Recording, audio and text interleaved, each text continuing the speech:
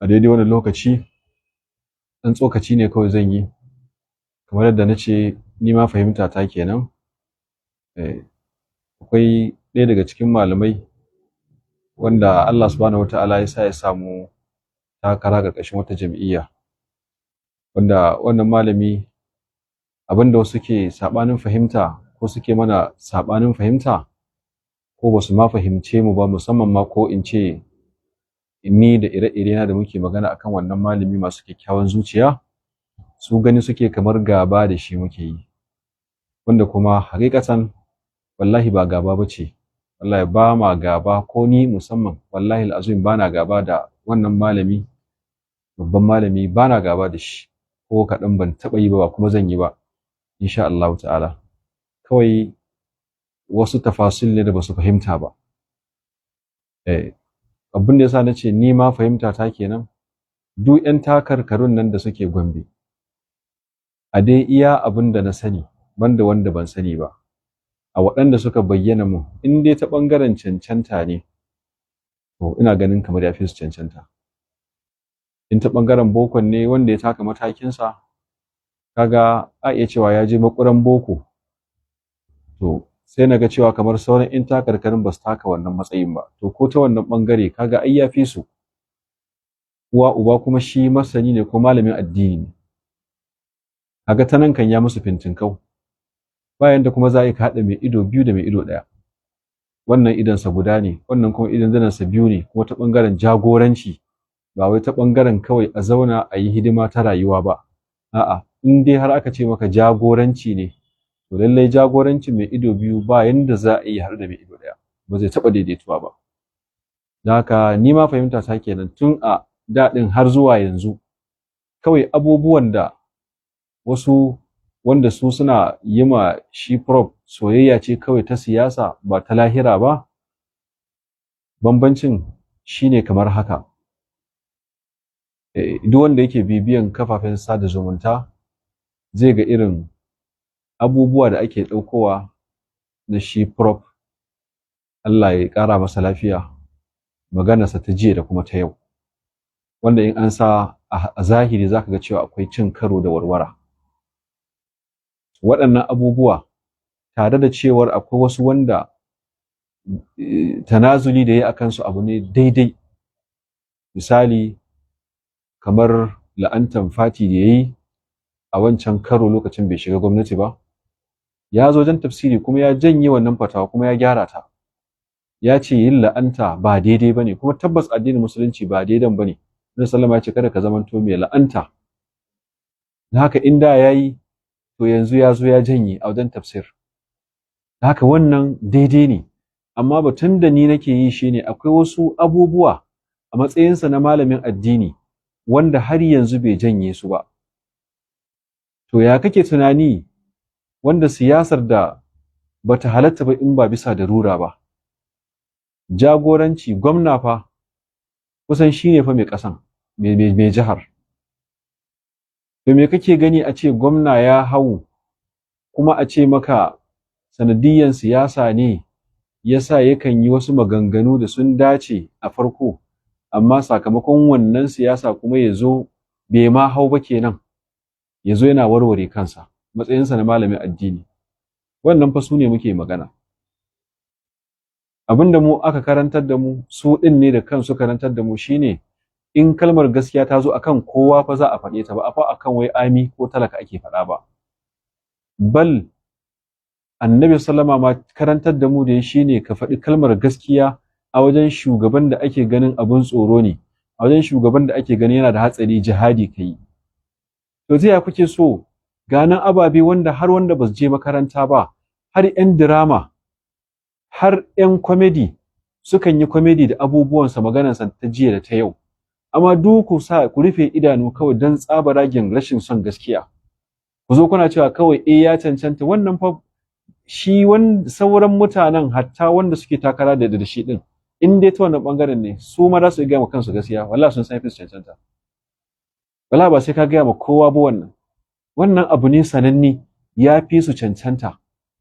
To amma mu addinin mu na musulunci, a lokacin da wata aba ta duniya za ta sa malami ya fara sauya akalan lahirarsa wanda abin zai kai shi zuwa ga halaka, wala gware rasa wannan abu saboda maslahar lahirarsa ta fasta duniya. Kuma kowa ya sani akan wannan demokaradiyyar sanannen abu ne. Akwai waɗanda wallahi al'azim sun shiga siyasan nan da kyakkyawan manufa da zuciya na so su kawo sauyi da canji matalakawansu. Wallahi wasu har kawaye sun zubar kafin su shiga. Amma bayan sun shiga suka bar kukan. Saboda za ka yi iya bakin ƙoƙarinka amma tsarin ne ba zai baka dama ba. Hanya ɗaya kawai za ka bi ka zagaye tsarin shine ka yi shari'ar musulunci. In an zaɓe ka yi shari'ar musulunci to shine kawai zai baka dama ka zagaye tsarin, a haka ma za a yi ta kai kawo da kai. Amma in dai doron tsarin za ka bi, duk yanda kake son kawo gyara baka isa ka kawo gyara a cikin wannan tsarin constitution na demokradiyya secularism ba. Baka isa ba wallahi. Ba za ka iya ba. To gashi nan shi prop kafin ya hau ne yanzu yake wasu kalamai.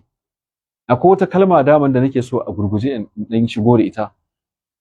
Ko su bayanai da yazo yake kokarin yana cewa za a yi adalci, sai yake nuna cewa ba bambancin addini, ba bambancin kabilanci, ba bambancin kaza. Kalmar da yake amfani take nan in ba na manta ba bambanci. Wannan abun kalmar ba daidai bane, faɗin haka ba daidai bane. Wasu har sun samu dama, to a ina ne dalili, a ina ne Qur'ani ko hadisi yace daman a wajen adalci akwai bambanci tsakanin Kirista da wanda ba Kirista ba, musulmi da wanda ba musulmi ba. Ai Qur'ani kan dama ya bambanta maka. Qur'ani shi daman shi da adalcin yaso. Qur'ani daman dukkan sa adalci ne, amma a cikin sa ne zaka samu lakum dinukum waliya din. A cikin sa zaka samu. A cikin Qur'anin shi da yazo da adalci, amma shi yace addinin ku je da addinin ku, mu je da addinin mu.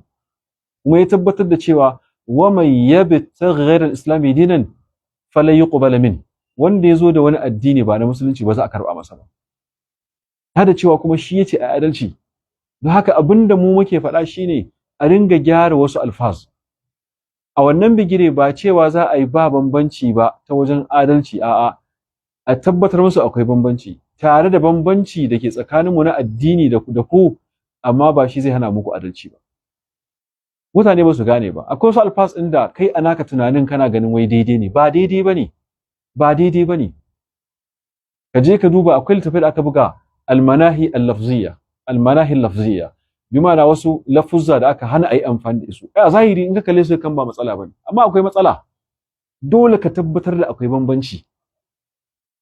Amma sai kan da cewa bambancin ba zai hana a yi adalci ba.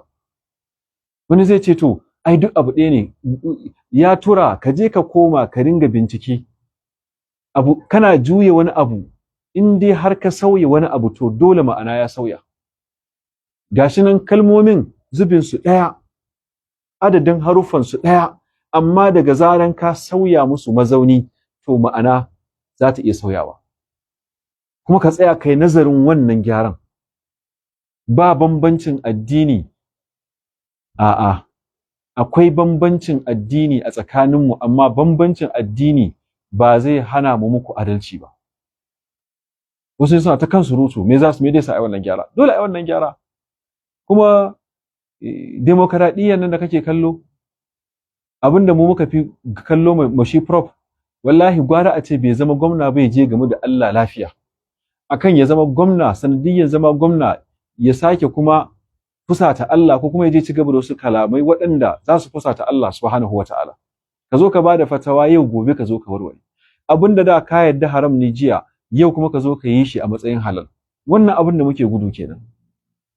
Prof yana da dama, yana da kuɗi, yana da dukiyar da zai taimaka wa mutane ba tare da sai ya zama gwamna ba. Amma yau inda a ce Prof zai zama gwamna ya shari'ar musulunci, to nurun ne ala nurin. Amma yana tabbatar muku in dai har Prof ya zama gwamna, ba shari'ar musulunci yace zai ba, zai yi a ƙarƙashin wannan constitution din. Wallahi muna ji masa tsoron imaninsa. Wallahi alazim. Saboda a ƙarƙashin sa 'yan majalisu suke na jiha. Su kuma yin dokoki ne.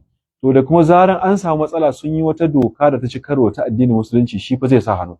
In fa ya sa hannu ya amince mu je su yi ne, to kuma duk wanda ya hukunci ba da hukuncin da Allah ya ba, wannan azzalimi ne, fasiki ne, ko kafiri ne.